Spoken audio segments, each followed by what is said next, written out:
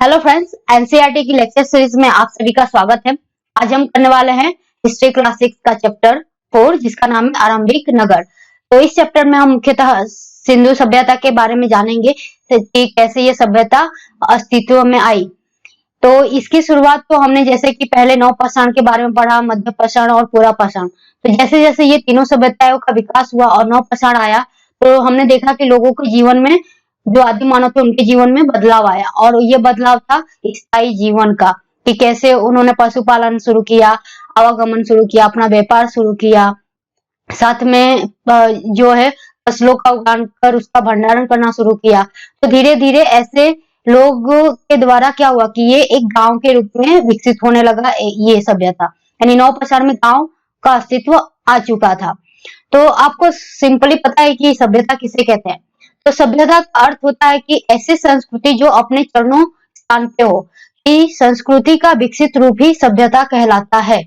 तो संस्कृति का अर्थ क्या हुआ कि लोगों की रहने सहने की दिनचर्या की जो पूरी रीति होती है उसी को ही संस्कृति कहते हैं, कि वो किस तरह रहते हैं, क्या चीजों का इस्तेमाल करते हैं, कौन से त्योहार मनाते हैं, कैसे वो पोशाक पहनते हैं, क्या क्या खाते हैं भोजन में, ये उनकी एक संस्कृति कहलाती है।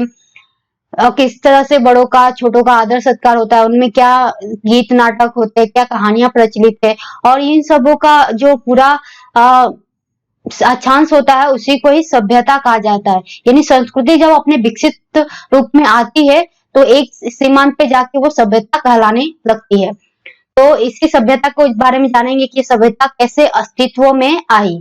तो चलिए चैप्टर को शुरू करते हैं। तो यहाँ पे पहले एक कहानी के साथ शुरू किया गया है कि दो जसपाल और हरप्रीत है, ये दोनों बात कर रहे हैं कि एक घर है, वो बहुत पुराना खंडर घर है। तो वहां पे कुछ लोग आते हैं विजिट करने के लिए, तो लोग बोलते हैं कि ये कितना अच्छा घर है, इसपे कितनी वास्तुकला और नक्काशी काम कितना अच्छा किया गया है। तो ये दोनों खेल रहे होते तो इनकी तारीफ सुन के सोचते हैं कि ये लोग इतनी पुरानी चीजों की तारीफ क्यों कर रहे हैं, ऐसे पुराने खंडहर में क्या है, इतना क्यों लगाव है लोगों का। तो इसी से कहानी शुरुआत होती है कि कैसे पुराने खंडहर, जो पुराने खंडहरों की बात होती है तो वो कहीं ना कहीं अपनी कहानी को दर्ज करते हैं। यानी जो इतिहास है, जो पुराने खंडहर है या फिर उनका जो अस्तित्व है किसी न किसी रूप में, वो अपनी ही कहानी को बयान करते रहते हैं। तो उनका भी खुद का अस्तित्व, तभी तो वो अस्तित्व में आए, यानी उनका इतिहास होगा तो अस्तित्व में आए, और वो आज तक हमारे साथ जुड़े हुए हैं, यानी वो अपनी सभ्यता की कहानी हमसे कह रहे हैं। तो चलिए कहानी, इसमें हड़प्पा की कहानी किससे शुरुआत की गई है। तो सामान्य सी बात है कि आपको हड़प्पा सभ्यता और सिंधु सभ्यता का जो नाम लिया जाता है एक ही है सामान्यतः। उसको सिंधु के तट पर रहने वाले लोग सिंधु सभ्यता कहे, और उसी के आसपास के जो इलाके थे उसको हड़प्पा सभ्यता कहा गया। तो चलिए इसको देखते हैं। अक्सर पुरानी इमारत अपनी कहानी बताती है। लगभग 150 साल पहले जब पंजाब में पहली बार रेलवे लाइन ने बिछाई जा रही थी, तो इस काम में जुटे इंजीनियरों को अचानक हड़प्पा पूरा स्थल मिला, जो आधुनिक पाकिस्तान में है। हड़प्पा कहाँ पे स्थित है, तो पहले तो हड़प्पा के नाम से ही जाना जाता था, लेकिन जब भारत का बंटवारा हुआ तो वो पाकिस्तान में मतलब चला गया।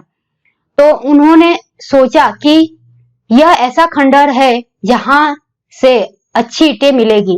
उन्होंने खुदाई चालू की, रेलवे की खुदाई कर रहे थे। तो ऐसा होता है कि रेलवे की खुदाई के लिए पहले उस पे खुदाई करके उसको मजबूत किया जाता है। जैसे कि कोई नींव करके डाली जाती है तो पहले उसकी खुदाई होती है, फिर उसमें कंकड़ उंकड़ डाल के उसको थोड़ा मजबूती के लिए दबाया जाता है, फिर उसके ऊपर धीरे धीरे कंकड़, पतली कंकड़ डाली जाती है, और फिर रेलवे लाइन बिछाई जाती है। यानी उसको संतुलित किया जाता है पहले मजबूत, कि जब रेल की गाड़ियां उधर से गुजरे तो वो मतलब ढीले ना। तो इसी तरह ये खुदाई कर रहे थे उस समय रेलवे लाइन बिछाने के लिए। तो उनको खोदते खोदते ईंटें मिली।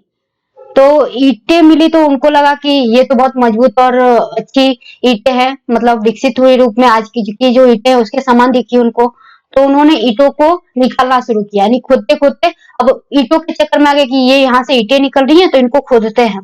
तो इस तरह से उन्होंने खुदाई चालू कर दी उस चीज की। ये सोचकर वे हड़प्पा के खंडहरों से हजारों ईंटें उखाड़ ले गए, जिससे कि उन्होंने रेलवे लाइन उन्होंने बिछा भी दी रेलवे लाइन। इससे कई इमारतें पूरी तरह नष्ट हो गई। यानी जब उन्होंने खुदाई चालू की तो उनको पता ही नहीं था कि ये हम क्या कर रहे हैं। पहले तो ज्ञात ही नहीं था ना, क्योंकि तब अस्तित्व नहीं था कि हमसे पहले भी कोई जीव था या फिर कोई रह चुका था या फिर उसके साक्ष्य हमें मिलेंगे। तो उनको कैसे ज्ञात होगा? वो तो अनपढ़ लोग थे और जो काम दिया गया था वो कर रहे थे, और उनको ईंटें मिली तो वाह वाह, उन्होंने खुदाई चालू कर दी कि चलो ईंटें मिल रहे हैं फ्री में, उनको निकाला जाए। उसके बाद लगभग 80 साल पहले पुरातनविदों ने इस स्थल को ढूंढा और तब पता चला कि यह खंडहर उपमहाद्वीप के सबसे पुराने शहरों में से एक है। इस जगह पे रेलवे लाइन बिछा रही थी उसकी बात कर रहे हैं। क्योंकि इस नगर की खोज सबसे पहले हुई थी, इसलिए बाद में मिलने वाले इस तरह के सभी पुरास्थलों में जो इमारतें और चीजें मिली उन्हें हड़प्पा सभ्यता की इमारतें कहा गया। इन शहरों का निर्माण लगभग 4700 साल पहले हुआ था। तो इस तरह से ये हमें खुदाई के माध्यम से पहले पता चला कि यहाँ पे सभ्यता है। पर जब ये ईंटों की खुदाई हो गई, मतलब ईंटें तो निकाल लिए, इससे कई खंडहर, कई घर ऐसे मतलब ईंटें वो निकालते गए, और इससे क्या हुआ कि एक जो घर का संतुलन, जो खंडहर थे उनका संतुलन नष्ट हो गया। और उसके बाद पता चला कि यहाँ पे तो हमारे पूर्वज का निशानी है। तो फिर वहां पे खुदाई काम शुरू हुआ और बाद में पता चला कि यहाँ पे तो मतलब एक हमारी पुरानी सभ्यता जो है अस्तित्व में थी, यहाँ पे उनका शहर था, उनका निवास स्थान था। तो इस तरह से ये पता चला खुदाई के माध्यम से। इन नगरों की विशेषता क्या थी? जो खुदाई में निकले नगर थे उनकी विशेषता क्या थी? तो इन नगरों में से कई 2 या उससे ज्यादा हिस्सों में विभाजित थे। नगरों में प्राय पश्चिमी भाग छोटा था लेकिन ऊंचाई पर बना था, और पूर्वी हिस्सा बड़ा था लेकिन निचले इलाके में था। ऊंचाई वाले को पुरातनविदों ने नगर दुर्ग कहा और निचले हिस्से को निचला नगर कहा। दोनों हिस्सों की 4 दीवारियां पक्की ईंटों की बनाई जाती थी। तो हड़प्पा सभ्यता की एक विशेषता है और ये आपको याद रखना है पीटी के एस्पेक्ट से कि 2 नगर मिले। जो एक ऊंचे टीले पे स्थित था नगर वो दुर्ग कहलाया, और जो निचले टीले पे स्थित था नगर उसको कहा गया निचला नगर। और ये कौन कौन से दिशा में थे? तो ये एक पश्चिमी भाग में था, यानी इस तरह से मान लीजिए कि ये पश्चिम साइड ये नगर थे और ये नगर था पूर्व के साइड। तो यहाँ पे जो छोटे स्थान पे था लेकिन यहाँ पे बड़े टीले थे, तो इसको नगर दुर्ग का मेन जो दुर्ग होता है उसको वो कहा गया। और यहाँ पे निचला भाग था, यहाँ पे बड़ा क्षेत्र में फैला हुआ था ये पूर्वी क्षेत्र हिस्सा, तो इसको निचला नगर कहा गया जहाँ पे आम जन निवास करते थे। यानी इस तरह से ये एक महल हो गया, और यहाँ पे दुर्ग किला कह सकते हो आप, और इसको कह सकते हो आप कि जहाँ पे आम जन का निवास स्थान होगा। और ये दोनों किससे किले से घिरे हुए थे, पक्के ईंटों के बने हुए। तो इस तरह से जो सभ्यता, जो सिंधु सभ्यता में खुदाई के समय ये पता चला। ये नगर आधुनिक पाकिस्तान के पंजाब और सिंध प्रांतों, भारत के गुजरात, राजस्थान, हरियाणा और पंजाब प्रांतों में मिले हैं। इन सभी स्थलों में से पुरातनविदों को अनोखी वस्तुएं मिली, जैसे कि मिट्टी के लाल बर्तन जिनको मूर्धभान कहा जाता है वो बर्तन मिले, जिन पर काले रंग के चित्र बने थे। पत्थर के बाट भी मिले। उस समय बाट की प्रथा थी, यानी उनको ज्ञात था कि नाप जोक के लिए हमें संख्याओं का ज्ञात था, यानी बाट था। तो मोहरे मिली, मनके मिले, तांबे के उपकरण मिले और पत्थर के लंबे ब्लेड भी मिले उस समय। तो उस समय कांस्य सभ्यता कहा जाता है कि सिंधु सभ्यता के समय की कांस्य सभ्यता आ गई थी। तो इस तरह से मतलब यहाँ पे ये चीजें मिली। तो आपको पीटी के एस्पेक्ट से एक ये आपको ध्यान में रखना है कि सिंधु सभ्यता कौन कौन से देशों में फैली है वर्तमान समय में। तो पाकिस्तान के पंजाब और सिंधु जो प्रांत है पाकिस्तान के, उन दोनों में। फिर भारत के क्षेत्र में बात करें तो गुजरात, राजस्थान, हरियाणा और पंजाब प्रांत। भारत का भी पंजाब है और पाकिस्तान में भी पंजाब प्रांत है, तो कंफ्यूज मत होइएगा। इस तरह से गुजरात के 4 राज्यों में और जो पाकिस्तान है उसके 2 प्रांतों में इसके साक्ष्य मिलते हैं। अब इनमें जो चीजें मिली है उनको भी ध्यान में रखना है, क्योंकि पीटी में कई बार पूछा जा चुका है कि ये चीज सिंधु हड़प्पा सभ्यता में मिली थी, ये चीज नहीं मिली थी, बताइए कौन सा सही है। एमसीक्यू में पूछा जाता है, पूछा भी गया है, आप प्रीवियस ईयर के पेपर देखेंगे तो क्योंकि आर्ट एंड कल्चर में इन्हीं सब चीजों के बारे में पूछा जाता है कि क्या इस्तेमाल करते थे, कैसी जीवन शैली थी, क्या व्यापार करते थे लोग, उनका जीवन कितना विकसित था कि कितना दुर्लभ था। तो आपको ध्यान में रखना है कि मिट्टी के बर्तन वो इस्तेमाल करते थे जिसपे काले रंग के चित्र बने थे। फिर पत्थर के बाट भी उनको ज्ञात था इस बात का। मुहरे ज्ञात थे कि मुहरों का इस्तेमाल भी करते थे। वो तांबे के उपकरण का इस्तेमाल करते थे। पत्थर के लंबे ब्लेड भी उस समय वो इस्तेमाल करते थे, यानी पतली परत होगी पत्थर की, उसको भी इस्तेमाल करते थे किसी न किसी अपने काम के लिए। अन्य बातों की बात करें तो इनकी ईंटें इतनी अच्छी थी कि हजारों सालों बाद आज तक उनकी दीवारें खड़ी रही, यानी टूटी फूटी नहीं। यानी आप उसके अंदाजे से कि 4700 वर्ष वो ईंटें बने होंगे, यानी 4700 वर्ष तो उसका अस्तित्व में आया, पर उस ईंटों का निर्माण तो इससे पहले भी हुआ होगा, और ये निर्माण हुआ तो उसको इस्तेमाल में लाए होंगे लोग, और उसे उन्होंने अपनी इमारतों के लिए उसको इस्तेमाल किया। यानी ईंटें क्या थी कि मजबूत थी, पक्की ईंटें थी। दीवार बनाने के लिए ईंटों की चिनाई इस तरह करते थे कि जिससे कि दीवार खूब मजबूत रहे। हाँ, क्योंकि उस समय ऐसा होता था ना कि कोई हमला ना कर दे बाहरी लोग, इस तरह की प्रचलन में रहा होगा, तो अपनी सुरक्षा के लिए उन्होंने दीवारें चारों तरफ से घिरवाई होंगी। कुछ नगरों के नगर दुर्ग में कुछ खास इमारतें बनाई गई थी। मिसाल के तौर पर मोहनजोदड़ो में खास तालाब बनाया गया था जिसे पुरातनविदों ने महा स्नानागार कहा है। इन तालाबों को बनाने में ईंटें और प्लास्टर का इस्तेमाल किया गया था। देखिए उस समय प्लास्टर और ईंटें का भरपूर इस्तेमाल हुआ था।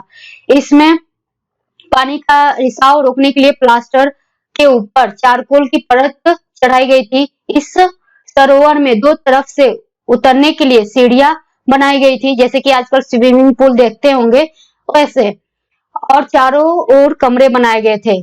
ये चारों ओर कमरे स्विमिंग पूल के चारों ओर बनाए गए थे लोगों को एक वस्त्र बदलने के लिए।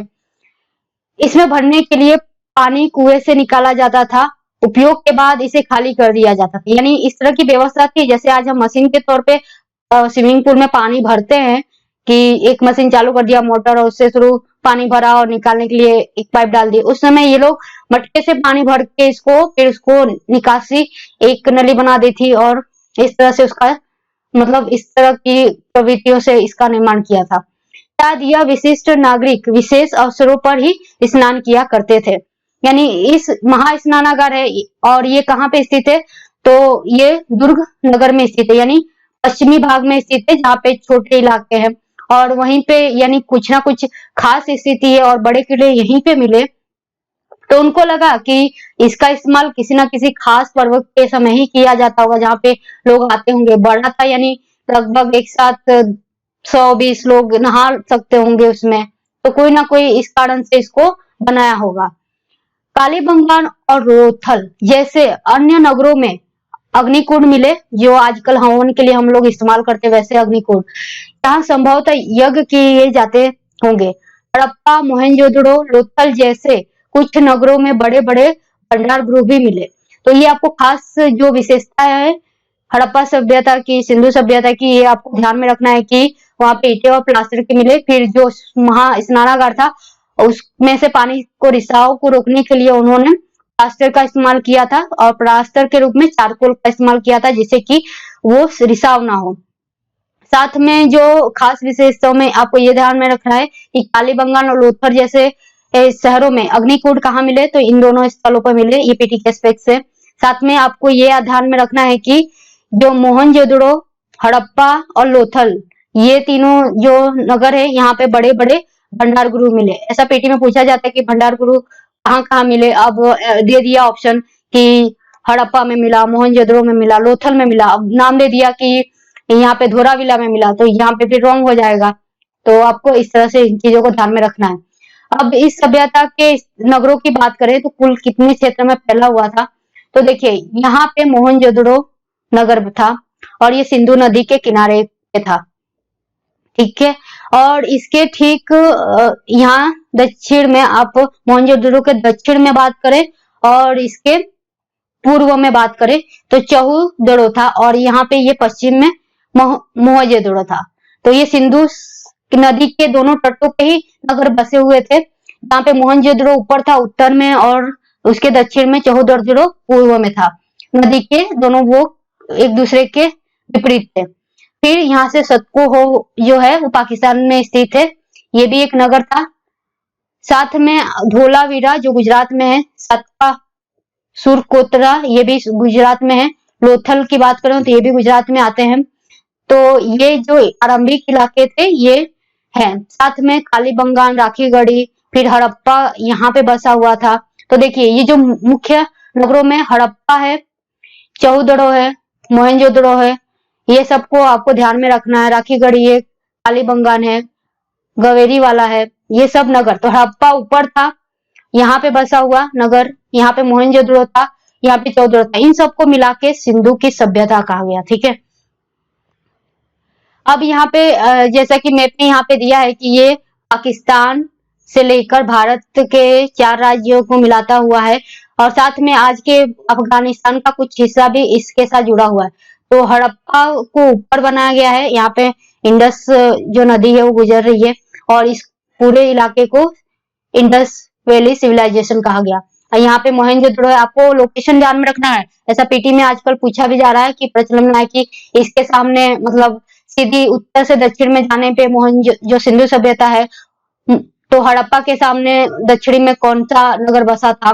तो हड़प्पा के सामने आप ऐसे आओगे तो यहाँ पे आप बात करोगे तो चौदड़ो यहाँ पे बसा था। उसके बाजू में जो राखीगढ़ी थी, धोलावीरा सॉरी गुजरात में आ गया, कालीबंगान राजस्थान में आ गया, और मोहनजोदड़ो इसके पश्चिम में था। तो लोकेशन को भी ध्यान में रख के आपको पढ़ते जाना है कि हड़प्पा यहाँ पे, मोहनजोदड़ो, चौदड़ो, इस तरह से। तो ये लोकेशन है कि पाकिस्तान का कुछ इलाका है, भारत का कुछ इलाका है, थोड़ा सा हिस्सा अफगानिस्तान का भी है। तो इस तरह से ये सभ्यता इतने एरिया में पूरा फैली थी। जैसे कि यहाँ पे ये पूरा इलाका है जो कहा जाता है कि वो सिंधु घाटी, सिंधु सभ्यता के नाम से जाना जाता है। अब सभ्यताओं की बात करें तो पूरे विश्व में कहा जाता है कि 3 मुख्य सभ्यताएं आई थी, और विश्व की सबसे पहली जो सभ्यता थी वो मेसोपोटामिया थी, जो 3000 बीसी में आई थी। और इसके बाद आई थी इजिप्टियन। उसके साथ ही मतलब ये जो मेसोपोटामिया है ये इराक वाला इलाका है, यहाँ पे इराक बसता है, इसी को मेसोपोटामिया कहा गया। उसके बाद इजिप्ट, यहाँ पे अफ्रीका का सभ्यता आ गया। क्योंकि यहाँ पे सभ्यताएं विकसित हुई तो वो धीरे धीरे ये फिर इस सिंधु घाटी की तरफ भी आई, और फिर हमारा जो सभ्यता है हड़प्पा सभ्यता, ये विश्व की तीसरी बड़ी सभ्यता के नाम से जाना गया। तो ये सभ्यता 3000 बीसी में आया। उसके बाद हमारा 3000 बीसी मतलब 10,000 वर्ष पहले ही मेसोपोटामिया की सभ्यता आ गई, और उसके बाद 4700 वर्ष पहले हड़प्पा सभ्यता विकसित हुई। यानी कितना समय गैप है इन दोनों के बीच, लगभग 6000 वर्ष का गैप है, और धीरे धीरे मतलब 6000 वर्ष लगे सिंधु सभ्यता को विकसित होने में, इस तरह से आप कह सकते हो। फिर एक और मुख्य सभ्यता है वो है चाइनीज सभ्यता, यानी चीनी सिविलाइजेशन, जो येलो और यांगत्से रिवर पर बसी थी। तो इस तरह से जो सिंधु सभ्यता है वो सिंधु सभ्यता या फिर हड़प्पा सभ्यता ये सिंधु नदी पर बसी थी, और चाइनीज सभ्यता जो थी वो येलो और यांगत्से नदी पर बसी थी। उसी तरह से इजिप्टियन जो मेसोपोटामिया का एरिया है वो नील रिवर के किनारे बसा था। इस तरह से नदियों के किनारे सभ्यताओं का विकास हुआ था।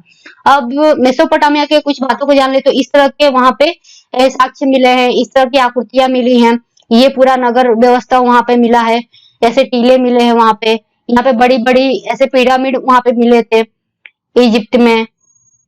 इतनी लंबी लंबी सीढ़ियों पर ये खुदाई करके इसको बनाया गया कि ये सीढ़ी इतनी लंबी है, और ये सब चीजें प्राप्त हुई थी मेसोपोटामिया से। और मेसोपोटामिया का इलाका को आज के समय में इराक कहा जाता है, और यहीं से फिर ये ऐसे व्यापार होता था सिंधु सभ्यता से। जैसे कि यहाँ पे है कि व्यापार, क्योंकि सभ्यता जब विकसित हुई तो धीरे धीरे तो विकसित हो गई, फिर मतलब व्यापार और लाभ आर्थिक उस समय यानी लोग इतने जागरूक हो गए थे कि उनको व्यापार के ज्ञान था, सौदे करते थे, और इस तरह से उन्होंने व्यापार का जो प्रचलन किया वो नदी होते हुए जाते थे। अब यहाँ आपको ध्यान में रखना है कि अगर नदी का इस्तेमाल कर रहे हैं तो वो नाव बनाना जानते थे। साथ में यहाँ पे चाइनीज सभ्यता से भी कहा जाता है कि इन लोगों का ऐसे मतलब व्यापार होता था कि चाइनीज सभ्यता मेसोपोटामिया सिंधु घाटी से, सिंधु घाटी का फिर चाइनीज सभ्यता से, इस तरह से ये व्यापार होता था। इसके रास्ते दोनों थे, एक तो जल मार्ग था और स्थल मार्ग के माध्यम से भी ये व्यापार किया जाता था। तो इस तरह से वो लोग पूरा का पूरा यहाँ से जाते थे व्यापार के लिए, दोनों मार्ग से, स्थल और जल मार्ग का इस्तेमाल करते थे। यहाँ पे चाइनीज सभ्यता थी तो इसका भी इस्तेमाल मतलब व्यापार के लिए लोग करते थे, मन के लिए, आभूषणों के लिए, कुछ उसके बदले में वो लोग खाने की, अनाज की वस्तुएं खरीदते, अपने इस्तेमाल के हिसाब से चीजें खरीदी जाती थी। तो मुख्यतः जो व्यापार होता था वो संपन्न लोग ही करते थे, अपनी चीजों का मतलब व्यापार, जो भी अनाज वस्तु है उसका व्यापार होता था। जो हाथी है मतलब जानवरों के हड्डियों में जो भी कीमती चीजें होती थी उनका इस्तेमाल होता था। औजारों का इस्तेमाल करते थे तो लोग उसका व्यापार करते थे, जानवरों का व्यापार होता था उस समय। तो ये पूरा व्यापार इन सभ्यताओं के बीच होता था। और आज के समय में ये मेसोपोटामिया को इराक कहा जाता है। फिर इजिप्ट वाला जो इलाका है, यहाँ जो मिस्र की सभ्यता विकसित हुई, यहाँ पे मेसोपोटामिया की, यहाँ पे सिंधु सभ्यता, यहाँ पे चाइनीज सभ्यता। तो इस तरह से सभ्यताओं का विकास हुआ। अब सिंधु सभ्यता के कुछ साक्ष्य में बात करें तो देखिए, खुदाई के साथ कहा जाता है कि कैसे उनको पता चला कि क्या मिला, कहाँ पे मिला और उसका किस तरह से उन्होंने पता लगाया। तो खुदाई की जमीन में तो उनको ऐसे खोदते खोदते उनको इस तरह की हड्डियां मिली और इनका फिर वैज्ञानिक परीक्षण करके पता लगाया गया कि ये किस तरह की कब की है, कितने वर्ष तक इनका अस्तित्व रहा। और ये मुख्यतः कैसे पता चलता है, तो C13 कार्बन 13 नामक एक घटक होता है, उसके अस्तित्व ये बताता है कि कोई वस्तु का जो उत्पन्न है, जहां पे वो उत्पन्न हुआ है, उसका अस्तित्व में आना और वो उस अस्तित्व से वो कितने समय तक उसका आयु है, वो पूरा कार्बन 30 के माध्यम से ज्ञात होता है। तो ये कुछ चित्र हैं जिसमें वो लोग ऐसे कुएं थे। यहाँ पे स्नानागार का दिया है कि दो तरफ सीढ़ियां थी, लोग ये स्नानागार का इस्तेमाल करते थे। यहाँ पे ऐसे है चौरस है ये स्नानागार, इसमें जल है, इस तरह से लोग मतलब इस्तेमाल करते थे इस महास्नानागार का, भंडारों का। अब देखिए यहाँ पे ये टीला है पश्चिम में और फिर ये इससे नीचे नगर बसा हुआ है। और इस तरह से वो पहले वो नालियों का भी इस्तेमाल करते थे, जो भी पानी मलवल प्रवाहित हो उसके लिए। इस तरह से वो चौरस घर का भी निर्माण किया है उन्होंने ईंटों के माध्यम से। और खासकर उनकी बात यह है कि ईंटों के साथ साथ उन्होंने ये गटर निकालने की, जो गटर नाली होती है ना, उसकी व्यवस्था उन्होंने की थी। साथ में उन्होंने नालियां बनाई थी कि जब वर्षा हो तो पानी का निकास अच्छे से हो। तो इस तरह से लोग मतलब ये पूरा जीवन शैली उनकी विकसित अवस्था में थी और इसी के कारण हम उसको सभ्यता के नाम से जानते हैं। तो ये महास्नानागार का चित्र है कि इस तरह खुदाई करते समय उनको मिला कि फिर उन्होंने पता लगा कि किसकी बनी है ये चीजें। तो यहाँ पे पता चला कि उन्होंने चारकोल का इस्तेमाल किया है प्लास्टिक के रूप में। यहाँ पे जो दुर्ग बना है, फिर यहाँ से फिर आमजन का नगर बसा है, फिर यहाँ पे भंडारागार है अनाज ग्रुप के। तो इस तरह से चीजें मिली।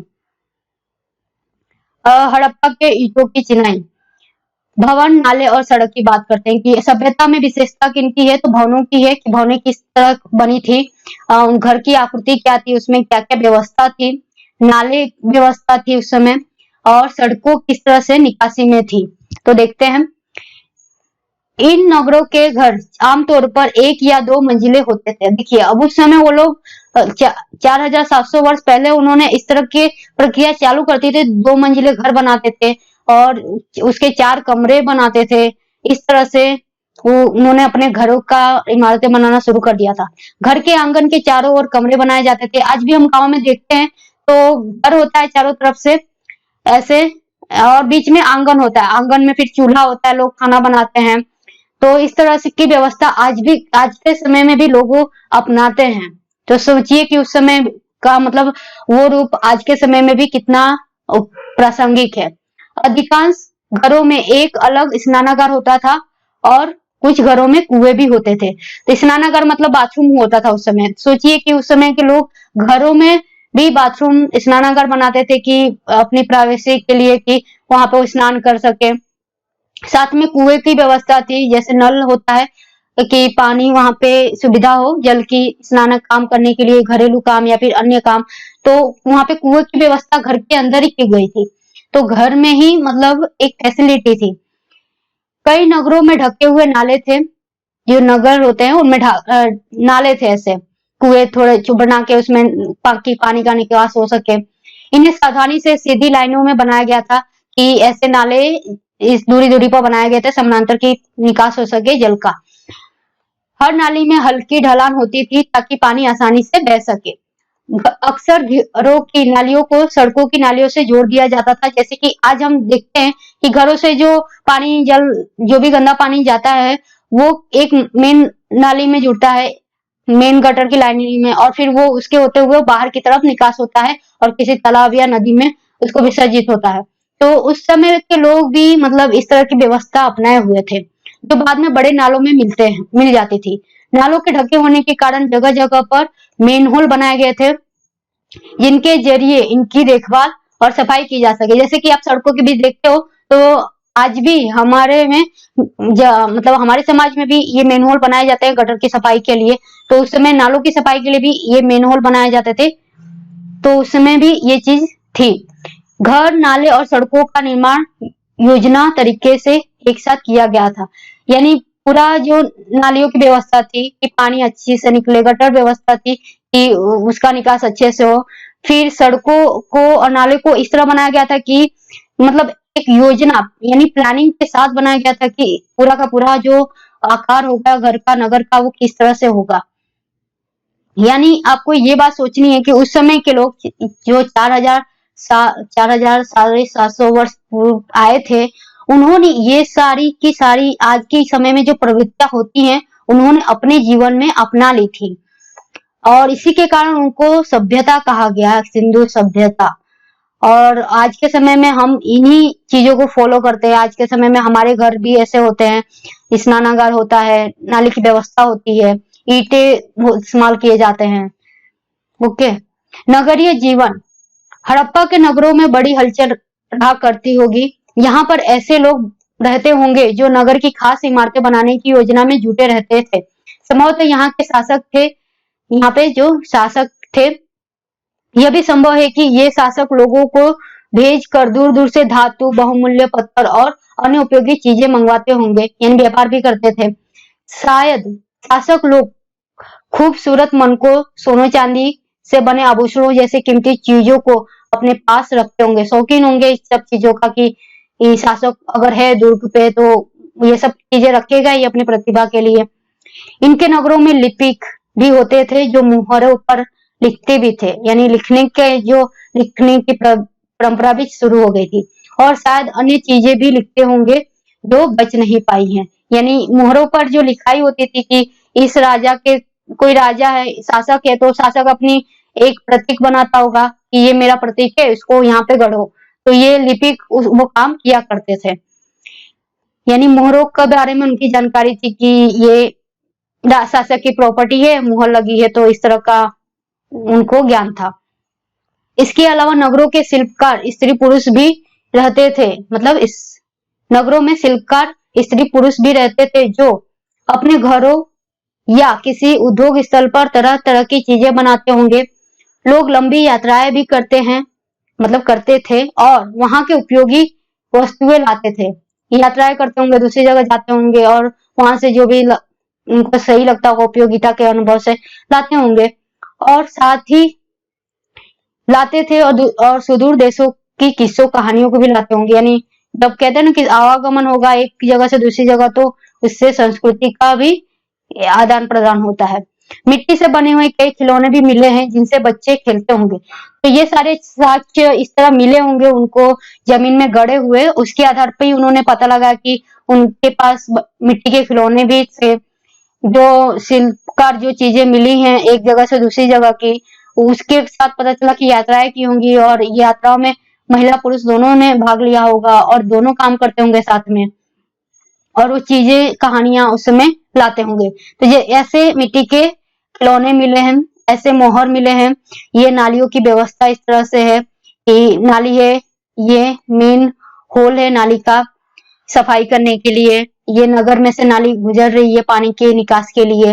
ये मूर्ति है। खास बात है इसकी नाली की और सड़क की ये है कि मोहनजोदड़ो में कहा जाता है कि ये 90 के कोण पे ही सड़क मूर्ते हैं, नालियां मूर्ति हैं। ऐसे जितना भी पूरा नगर व्यवस्था है उसमें इसका इस्तेमाल किया गया है। इसी से पता चलता है कि ये जो पूरी नगर का स्थापन हुआ एक योजना के तहत किया गया।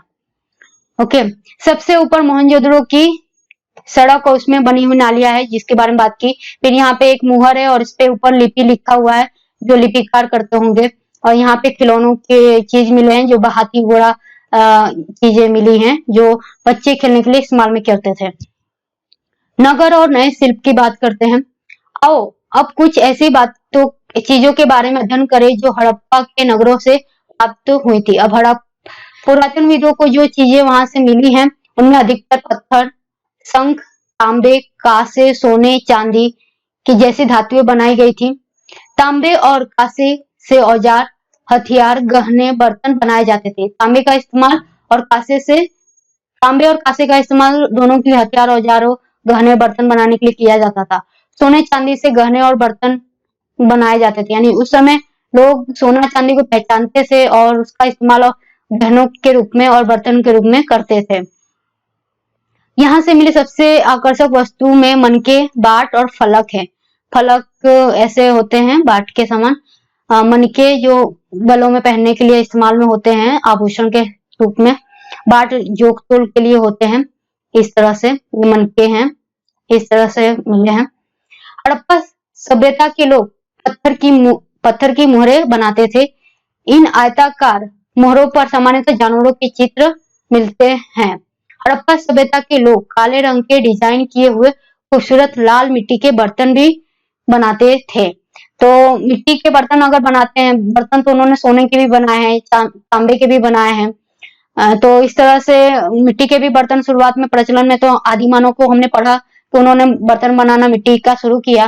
तो इस सभ्यता में आते आते लोगों ने मिट्टी के बर्तन बनाए तो सही, पर उन बर्तनों पे भी कलाकारी की, चित्र बनाना शुरू किया। जानवरों, प्रकृति के, पत्तों के, हाथियों के, प्राणियों के चित्र भी उन्होंने उस पे आकृत किए।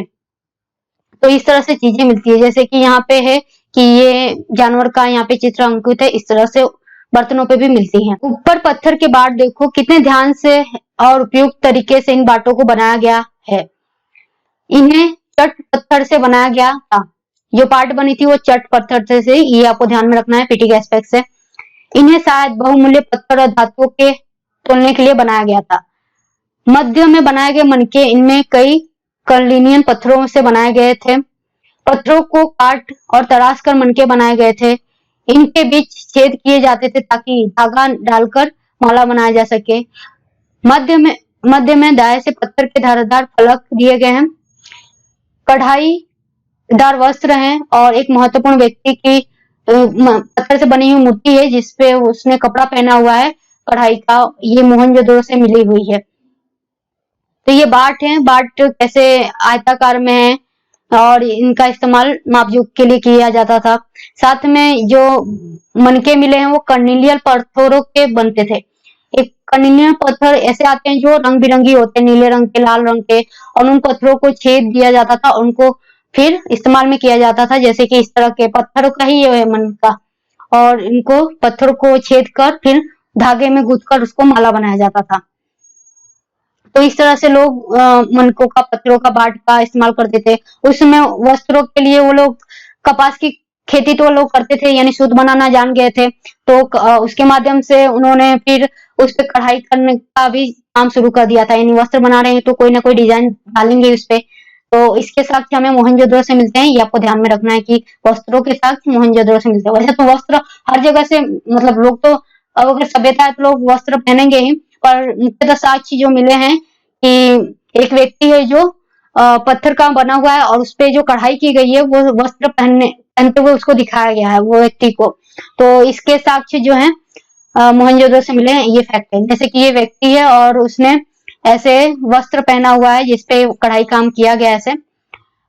तो इस तरह से आपको ये जो मूर्ति कहाँ से मिली है ये आपको ध्यान में रखना है कि मोहनजोदड़ो से मिली है। संभवतः 7,000 साल पहले मेहरगढ़ में कपास की खेती होती थी। जो हमने लास्ट चैप्टर में देखा कि 8,000 वर्ष जो है गांव बसने चालू हो गए थे, तो उसी की बात है कि मेहरगढ़ कहाँ पे, पाकिस्तान के इलाके में पड़ता है। तो वहां पे ये तो शुरू हो गया था, तो 7,000 वर्ष पहले कपास भी आ गया होगा और सुताई उसकी चालू हो गई होगी। मोहनजोदड़ो से कपड़ों के टुकड़ों के अवशेष, चांदी के एक फूलदान के ढक्कन तथा कुछ अन्य तांबों की वस्तुओं से चिपके हुए मिलते हैं। पक्की मिट्टी तथा फेंस से बनी तकलिया सूत कताई का संकेत देती है। फेंस से बनी तकलिया थी जो सूत काटने के लिए इस्तेमाल में आती है, फेंस उनका इस्तेमाल किया जाता था। जो पक्की मिट्टी और फेंस से बनी हुई तकलिया थी वो सूत काटने के लिए इस्तेमाल में आती थी। फिर जो सूत पे जो कढ़ाई का काम होता था, उस पे चांदी के फूलदान के ढक्कन बनाए गए हैं, उस पे तांबे की वस्तुएं चिपकाए गए हैं वस्त्र पे, कपड़ों पे। तो इस तरह के लोग परिचित थे इन सब चीजों से कि कलात्मक कढ़ाई वढ़ाई भी करें, ज्यादा आकर्षित वस्त्र भी बनाते थे लोग। इनमें से अधिकांश वस्तुओं का निर्माण विशेषज्ञों ने किया था। विशेषज्ञ उसे कहते हैं जो किसी खास चीज को बनाने के लिए खास प्रशिक्षण लेता है, जैसे कि पत्थर को तराशना, मनके चिपकाना या फिर मुहरों पर पच्चीकारी करना, यानी किसी तरह की कढ़ाई करना, किसी कढ़ाई को उखाड़ना या फिर कढ़ाई करना, कैसे ठोक ठोक के डिजाइन की जाती है वो उसकी बात की गई है। मूर्ति का चेहरा कितने आकर्षक ढंग से बनाया गया है, जो हमने पिछली पेज पे स्लाइड पे देखा कि इस तरह से ये जो मूर्ति है उसके आंख, नाक, मुंह, दाढ़ी ऐसे बनाया गया, पूरे उकारा गया है एक मानव को। उसकी दाढ़ी कितनी अच्छी तरह दर्शाई गई है। यह किसी विशेषज्ञ मूर्तिकार का ही कोई काम हो सकता है, मतलब ये काम किसी विशेषज्ञ ही कर सकता है, कोई नौसिखिया नहीं कर सकता इस तरह का काम। हर व्यक्ति विशेषज्ञ नहीं हो सकता। हमें यह पता नहीं है कि क्या सिर्फ पुरुष ही ऐसे कामों में प्रशिक्षण हासिल करते थे या फिर केवल महिलाएं थी, यानी ये काम पुरुषों ने किया या महिलाओं ने, इसका ज्ञात नहीं है। पर उस समय लोग इतने विशेषज्ञ थे चीजों को बनाने में कि बनाते थे। लेकिन अगर देखें लिंग के हिसाब से तो महिला बनाती थी कि पुरुष बनाते थे या दोनों बनाते थे, इसके साक्ष्य हमें आज तक नहीं मिले हैं। शायद कुछ महिलाएं और पुरुष दोनों ही इस काम पे दक्ष होंगे, करते होंगे, मतलब अनुमान लगाया जा सकता है कि ये लोग करते होंगे। अब फेंस की बात करें कि फेंस क्या होता है, तो ये पत्थर और शंख प्राकृतिक तौर पर पाए जाते हैं। पत्थर जो हम पत्थरों की बात करते हैं आमतौर पे उसकी, और शंख जो समुद्र में मिलते हैं। लेकिन फेंस को कृत्रिम से तैयार किया जाता है। बालू या स्फटिक पत्थरों के चूर्ण को गोंद में मिलाकर उनसे वस्तुएं बनाई जाती थी और उसके बाद उन वस्तुओं पर एक चिकनी परत चढ़ाई जाती थी। इस चिकनी परत के रंग प्राय नीले या हल्के समुद्री हरे होते थे। फ्योन्स के मनके, चूड़िया, बाले और छोटे बर्तन बनाए जाते थे। फ्योन्स यानी कि एक बालू और गोंद का मिश्रण, जिसका इस्तेमाल मनके, चूड़िया, बाले मतलब छोटे बर्तन बनाने के लिए किया जाता था। तो कि टूटे ना जल्दी, मनकों का इस्तेमाल अलग अलग रंग मतलब नीले रंग के, समुद्री हरे रंग के बनाए जाते थे। तो उससे क्या चीजें आकर्षक बनती थी। तो इस तरह से ये फ्योन्स का इस्तेमाल उस समय करते थे। कच्चे माल की खोज में, कच्चा माल उन पदार्थों को कहते हैं जो या तो प्राकृतिक रूप से मिलते हैं या फिर किसान या पशुपालक उनका उत्पादन करते हैं। यानी जैसे गेहूं है, कोई फसल की बात कर लें, उनकी बात करें, या फिर पशुपालन में कच्चे माल के रूप में गोबर का इस्तेमाल हुआ, वो भी कच्चा माल है, दूध हुआ वो कच्चा माल है। इस तरह से किसान या पशुपालक करते हैं। जैसे लकड़ी या धातुओं के अयस्क प्राकृतिक रूप से उपलब्ध कच्चे माल हैं। इनसे फिर कई तरह की चीजें बनाई जाती हैं। मिसाल के तौर पर किसानों द्वारा पैदा किए गए कपास को कच्चा माल कहते हैं, जिससे बाद में कताई बुनाई से कपड़ा तैयार किया जाता है। हड़प्पा के लोगों को कई चीजें वही मिलती थी, लेकिन तांबा, लोहा, सोना, चांदी, बहुमूल्य पत्थरों जैसे पदार्थों का वे दूर दूर से आयात करते थे। यानी कहने की बात यह है कि जो कपास का उत्पादन तो कर लेते थे कपड़ों के लिए, और सुताई बुताई करके अपने कपड़े बना लिया करते थे, वस्त्रों का निर्माण कर दिया जाता था। यानी वो खेती में परंपरागत हो गए थे, उनके पास ये कला आ गई थी कि किस तरह से वस्त्रों की रचना करनी है। उस पर कढ़ाई बुनाई का भी ज्ञान था उनको।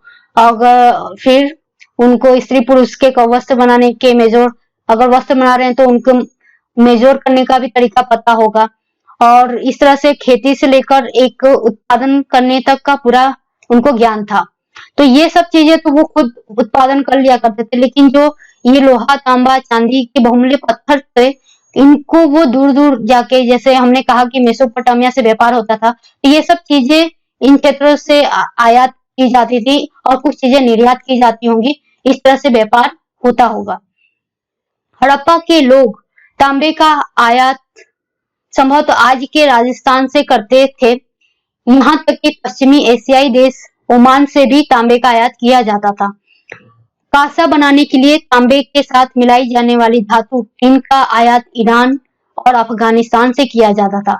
सोने का आयात आधुनिक कर्नाटक, बहुमूल्य पत्थर का आयात गुजरात और ईरान और अफगानिस्तान से किया जाता था। तो आपको ये श्रेणियों से नाम याद रखने ही है पीटी के एस्पेक्ट से, क्योंकि ये बहुत इंपॉर्टेंट है कि कांसा बनाने के लिए, कांसा जो बनता है उसके लिए टीन चाहिए होता है, और टीन का आयात वो ईरान और अफगानिस्तान से करते थे। सोने की बात करें तो वो कर्नाटक, यानी हमारे देश का जो कर्नाटक कहलाता है आज, कर्नाटक और गुजरात, ईरान, अफगानिस्तान से करते थे। साथ में तांबे का आयात वो पश्चिमी देश ओमान से करते थे, और साथ में तांबे का दो आयात है कि राजस्थान से भी तांबा मिलता था। आज भी जो सबसे ज्यादा तांबे का उत्पादन करने वाला राज्य है वो राजस्थान है। तो आपको ध्यान में रखना है कि तांबे, इस तरह से इसको आप याद रख सकते हो कि जो लोग तांबे का आयात करते थे वो राजस्थान से, फिर ओमान से भी तांबे का आयात करते थे। और इस तरह की ये पट्टी है, इसकी बात कर लेते हैं। चीजों को एक जगह से दूसरी जगह ले कैसे जाया जाता था, तो जैसा कि उन्होंने पशुपालन शुरू कर दिया था, तो पशुओं की सहायता लेते होंगे, खुद मार्ग से तय करके एक जगह से दूसरी जगह जाते होंगे, तो इस तरह से एक यातायात करते थे। खिलौना, क्या तुम बता सकते हो कि हड़प्पा के लोग यातायात के लिए किन साधनों का प्रयोग करते थे? पिछले अध्याय में क्या तुमको पहिए वाली वाहनों की जानकारी दी गई थी? अब बात करते हैं वाहनों की, कि वाहनों का अस्तित्व इस सभ्यता में आ चुका था। पशुओं का इस्तेमाल तो वो एक जगह से हमने नौपाषाण में देखा था कि वो पशुओं का इस्तेमाल करते थे कि उस पे चीजें लाद दें और उसको एक जगह से दूसरी जगह ले जाए। फिर धीरे धीरे विकसित हुआ एक और कल्चर जिसमें उन्होंने गाड़ी बनाना सीखा कि उस, अगर कोई जानवर है तो जानवर के पीछे लकड़ी के पहिए बना दो और पहियों लकड़ी का एक गाड़ी बना दो जो ऐसे सामान को उठा के लेकर चले और आगे उसको बांध दो। मतलब आप आकृति समझ रहे हैं कि यहाँ पे पहियों का व्यवस्था, साथ में एक बीच में आयताकार का एक लकड़ी का पतरा और उस पर बांध के और उसको खींचा जाता था। तो इस तरह से उन्होंने घोड़ा गाड़ी, बैलगाड़ी, भैंसों का इस्तेमाल, गधों का इस्तेमाल, जो भी भेड़ बकरियों का इस्तेमाल किया होगा, और इसके इस्तेमाल से वो लोग एक जगह से दूसरी जगह सामानों को ले जाते होंगे। यानी बैलगाड़ी, घोड़ा गाड़ी का इस्तेमाल उन्होंने, तब उनको ज्ञात था इस चीज का, और इसके माध्यम से वो लोग व्यापार भी करते थे। नगरों में रहने वालों के लिए भोजन, लोग नगरों के अलावा गांव में भी रहते थे, वे अनाज उगाते थे और जानवर पालते थे। जो गांव में लोग रहते थे उनकी बात है। किसान और चरवाहे ही शहरों में रहने वाले शासकों, लेखकों, दस्तकारों को खाने के सामान देते थे। यानी जो खाना उत्पादन जो काम होता था वो किसानों का ही होता था पूरा। और शहरों में आज भी ऐसा ही होता है ना कि हमारे पूरे भारत में 60 to 65% जो पूरा भारत है वो खेती पर आधारित है, और ये पूरा उत्पादन होता है वो 30% जो हमारा शहरी इलाका है उनका पूरा पालन पोषण करता है। यानी कृषि ही एकमात्र जो हमारे पालन पोषण का आधारभूत ढांचा है, मूलभूत हमारी आवश्यकता ही है, और उसकी पूर्ति ये किसान ही करते थे। तो उस समय भी ये चीज मौजूद थी। ये आपको कंपैरिजन इसलिए बताती चली जा रही हूँ कि ये आपको मेंस के एस्पेक्ट से चीजों को, अगर सिंधु सभ्यता के बारे में आता है और कहा जाता है कि उसकी संस्कृति आज के समय में किस तरह से प्रासंगिक है बताइए, तो आप इन चीजों को इंक्लूड कर सकते हैं। ठीक है। पौधों के अवशेष से पता चलता है कि हड़प्पा के लोग गेहूं, जौ, दाल, मटर, धान, तिल, सरसों सभी उगाते थे। यानी कृषि में वो सलज हो गए थे कि कृषि कर रहे हैं, सिंचाई आता था उनको, औजार आ गए थे, एक जगह से दूसरी जगह के जाने के लिए यातायात के साधन थे, शहरों में मुहरें बनाई जाती थी, बाट आ गए थे, बहुत सारी खास बातें हो गई थी। मन के पत्थर और कीमती पत्थरों का इस्तेमाल करते थे वो लोग। वस्त्रों में भी कढ़ाई बुनाई का ज्ञान था उनको। तो इस तरह से मतलब एक चीज विकसित हो गई थी उनके में। बच्चों का खिलौना हल। आज हल चलाने के लिए ज्यादातर किसान पुरुष होते हैं। हमें ज्ञात नहीं है क्या हड़प्पा में भी यही प्रथा थी कि जो किसान है हल चलाने के लिए लोग नहीं, कैसे हल होता है खेत जोतने के लिए इस तरह का, और नालियां खोदनी होती है खेत में तो इसका इस्तेमाल किया जाता है, खेत को जोतने के लिए होता है हल का इस्तेमाल। आगे बैल होता है उसको खींच रहा होता है, तो इसका मतलब साक्ष्य भी मिला है कि खेती में हल का इस्तेमाल किया जाता था। जमीन की जुताई के लिए हल का प्रयोग एक नई बात थी। हड़प्पा काल के हल तो नहीं बच पाए थे, मतलब बच नहीं पाए हैं, क्योंकि वे प्राय लकड़ी से बनाए जाते थे, लेकिन हल के आकार के खिलौने मिले हैं। यह क्षेत्र में बारिश कम होते हैं, इसलिए सिंचाई के लिए लोगों ने कुछ तरीके अपनाए होंगे। संभवतः पानी का संचय किया जाता होगा, जरूरत पड़ने पर उससे फसलों की सिंचाई की जाती होगी। हड़प्पा के लोग प्राय गाय भैंस भेड़ बकरी बकरियां पालते थे। पालतू जानवरों में ये आपको याद रखना है, ठीक है। बस्तियों के आसपास तालाब चारागाह होते थे, लेकिन सूखे महीनों में मवेशियों के झुंडों को चारा पानी की तलाश में दूर दूर तक ले जाया जाता था। वे बेर जैसे फलों को इकट्ठा करते थे, मछलियां पकड़ते थे, हिरण जानवरों का शिकार भी करते थे। तो ये सभ्यता के लोगों में खास बात थी कि एक तो हमने देखा कि कृषि आ गया था, पशुपालन आ गया था, और गाड़ी वाली भी आ गए थे, हाथी घोड़ा के खिलौने भी आ गए थे। फावड़ा ये जो हल है उसका भी खिलौने के रूप में हमें साक्ष्य मिले, यानी लोगों को ज्ञात था कि इसका खिलौने के रूप में चीजें बना के बच्चों को दी जाती होंगी और लोग इसका इस्तेमाल अपने खेती में करते होंगे। तो इसके साक्ष्य मिले हैं जिससे हमें इसका ज्ञात होता है। साथ में लोग जो है पशुपालन के लिए तो ये जानवरों का इस्तेमाल करते थे कि गाय भैंस भेड़ बकरियां, और सुख के समय चरवाहा अगर मवेशी ये पालतू जानवर रख रहे हैं तो उनको चरवाहा तो चाहिए, उसके बिना कैसे पशु रहेगा।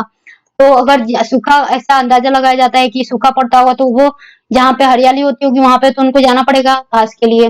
तो इस तरह से वो यातायात भी करते थे कि यातायात की एक जगह से दूसरी जगह जाके और अपनी जरूरतों को पूरा कर सके। साथ में सबसे खास बात यह है कि जो सिंचाई व्यवस्था थी उस समय, यानी खेती की जा रही है तो खेती के लिए पानी की आवश्यकता है। पानी की आवश्यकता अगर बारिश पे एक समय निर्भर रहेंगे कि बारिश सिर्फ 4 महीने होती है, तो ऐसा तो नहीं है कि 4 महीने ही खेती होती होगी, यानी एक गांव बस जाता है तो उसकी जरूरत तो 12 मास की होती है। तो इस हिसाब से आप अंदाजा लगा सकते हो कि अगर खेती वो 12 मास कर रहे हैं तो उनको जब पानी की जरूरत है वो 12 मास चाहिए खेती के लिए। तो खेती की उस जरूरत को पूरा करने के लिए वो कहीं ना कहीं जल का संचय तो करते होंगे। तो आज के समय में भी हम देखते हैं कि नहरों का तालाबों का इस्तेमाल किया जाता है सिंचाई के लिए। तो लोग भी उस समय जल के जो बारिश का जल होता था उसका संचय करते थे कि जब बारिश ना हो सूखापन हो तो उसका इस्तेमाल सिंचाई में फसलों के लिए किया जा सके। गुजरात में हड़प्पा कालीन नगर का सूक्ष्म निरीक्षण, यहाँ पे एग्जाम्पल दिया है एक गुजरात के हड़प्पा का जिसमें धोलावी रहता है, उसकी बात करते हैं। कच्छ के इलाके में खदीर बेट के किनारे धोलावी नगर बसा था। वहां साफ पानी मिलता था और जमीन उपजाऊ थी। जहां हड़प्पा सभ्यता के कई नगर 2 भागों में विभक्त थे, वहीं धोलावीरा नगर 3 भागों में विभक्त था। यानी किस तरह से, तो जहाँ पे हम बात करते हैं कि हड़प्पा में 2 दुर्ग मिलते हैं, जो एक मेन किला है और वहीं पे नगर किला है। उसी तरह धोलावीरा में देखते हैं तो नगर में कि ये ऊंची जगह पे है और ये नीची जगह पे है, कि ये पश्चिम में है और ये पूर्व में है। वहीं पे धोलावीरा में ये जो विभाजन का स्वरूप देखा जाता है वो 3 है कि ऐसे यहाँ पे और ऐसे, ये 3 तरह से बटा हुआ है 3 भागों में। इसके हर हिस्से के चारों ओर पत्थर की ऊंची ऊंची दीवार बनाई गई है, यानी बाउंड्री बनाई होगी इस तरह से। इसके अंदर जाने के लिए बड़े बड़े प्रवेश द्वार थे। इस काल में इस नगर में एक खुला मैदान भी था जहां सार्वजनिक कार्यक्रम आयोजित किए जाते थे।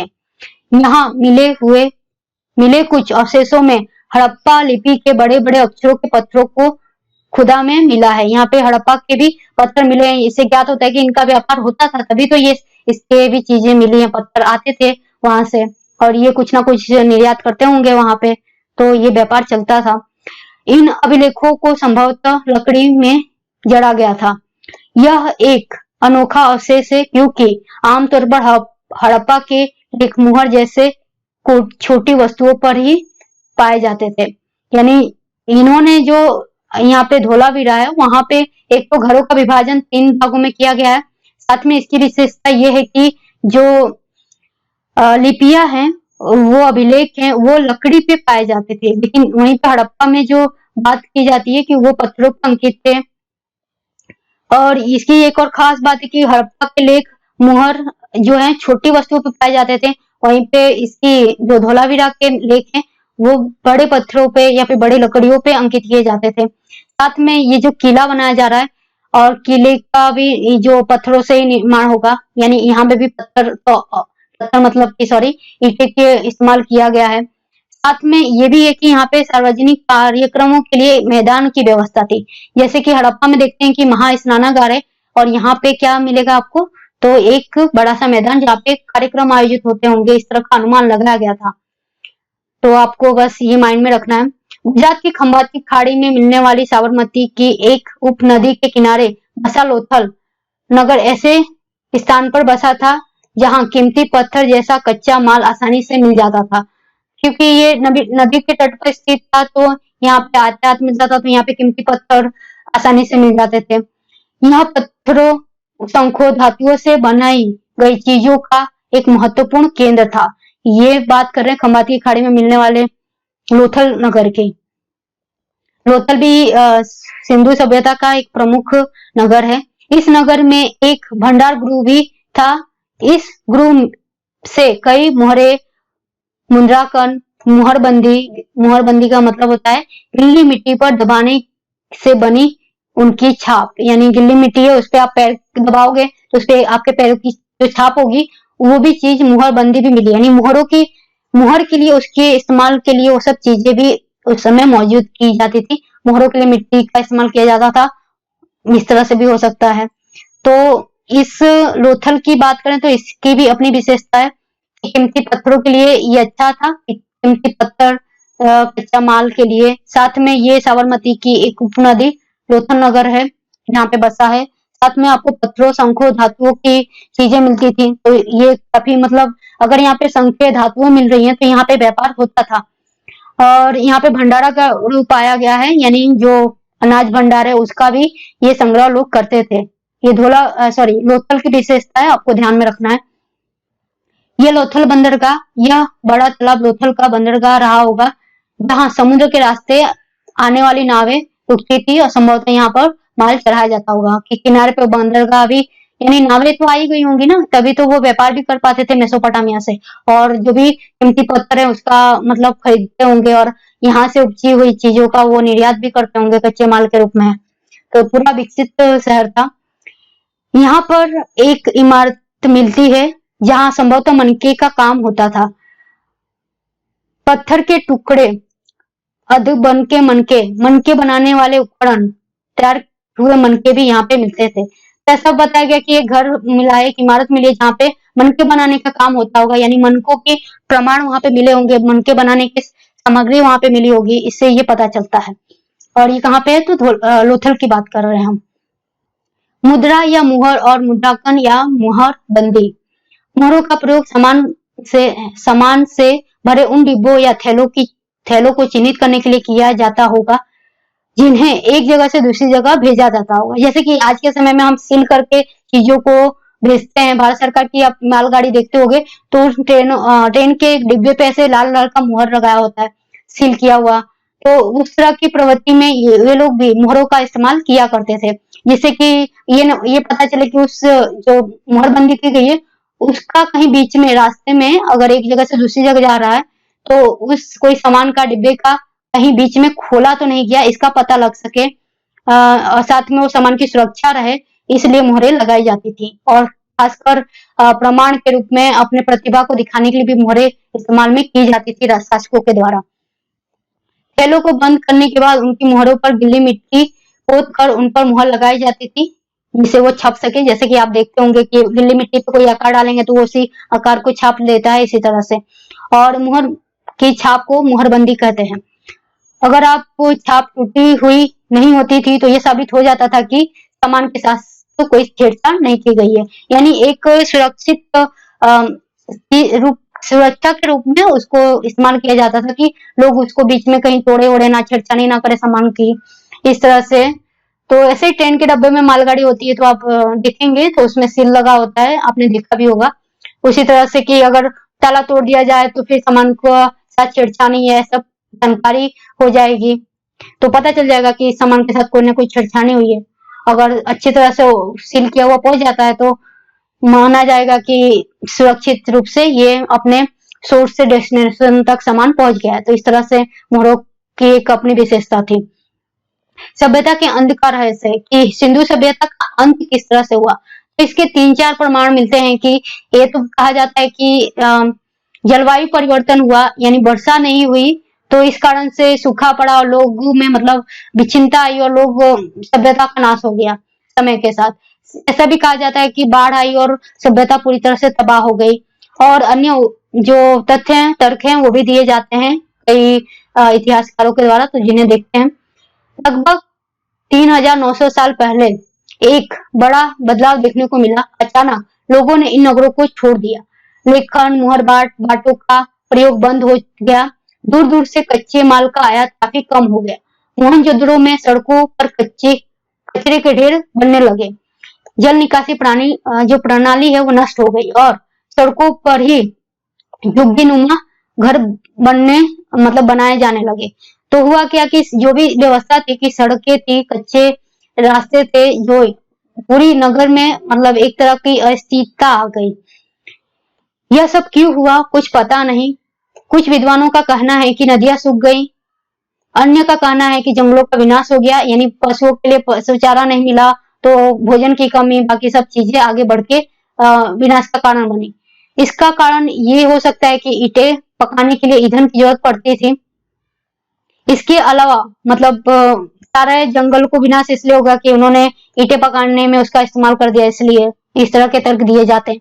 इसके अलावा मवेशियों के बड़े बड़े झुंडों से चारागाह और घास के मैदान भी समाप्त हो गए होंगे। कुछ इलाकों में बाढ़ आ गई होगी, लेकिन इन कारणों से यह स्पष्ट नहीं होता है कि सभी नगरों का अंत कैसे हो गया, क्योंकि बाढ़ और नदियों के सूखने का असर कुछ ही इलाकों में हुआ होगा, क्योंकि ये तो बहुत बड़े इलाके में फैला था, भारत और पूरे पाकिस्तान के इलाके को घेरता है।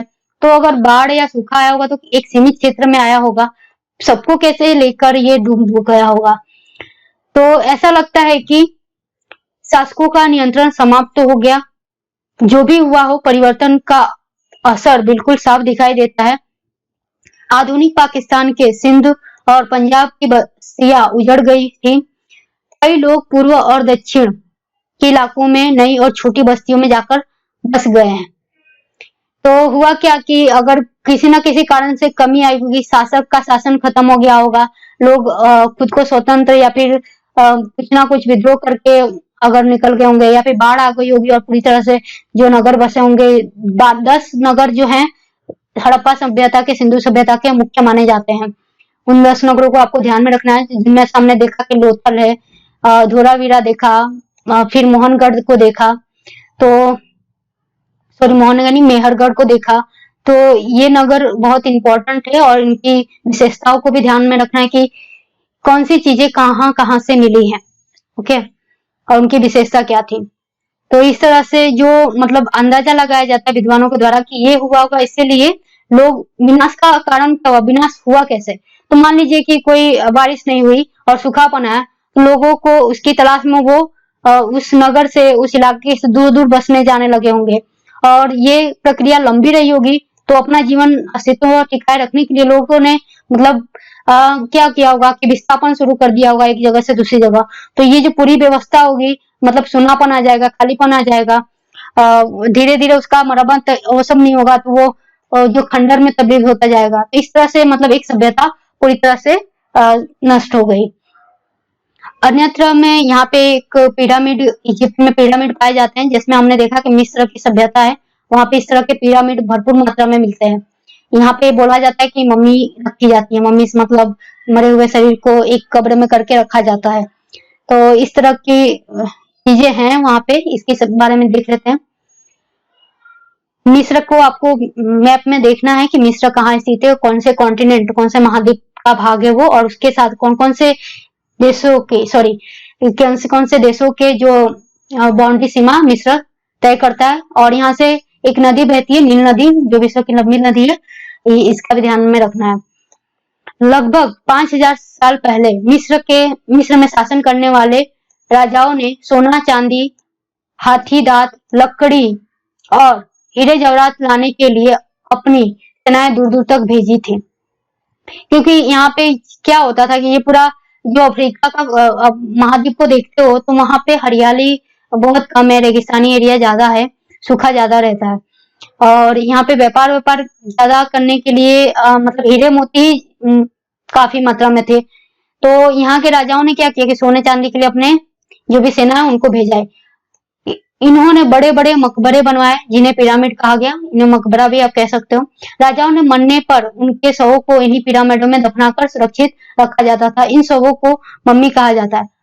उनके शवों के साथ और भी अनेक चीजें दफनाई जाती थी। जैसा कि हमने देखा था कि मेहरगढ़ में एक शव मिला था जिसमें व्यक्ति के साथ बकरी भी दफनाई गई थी और अन्य उसकी जरूरत की चीजें दफनाई गई थी। उसी तरह यहाँ पे भी इस तरह की मान्यता रही होगी और उसके साथ चीजें दफनाई जाती होंगी जो व्यक्ति शासक मरता होगा तो।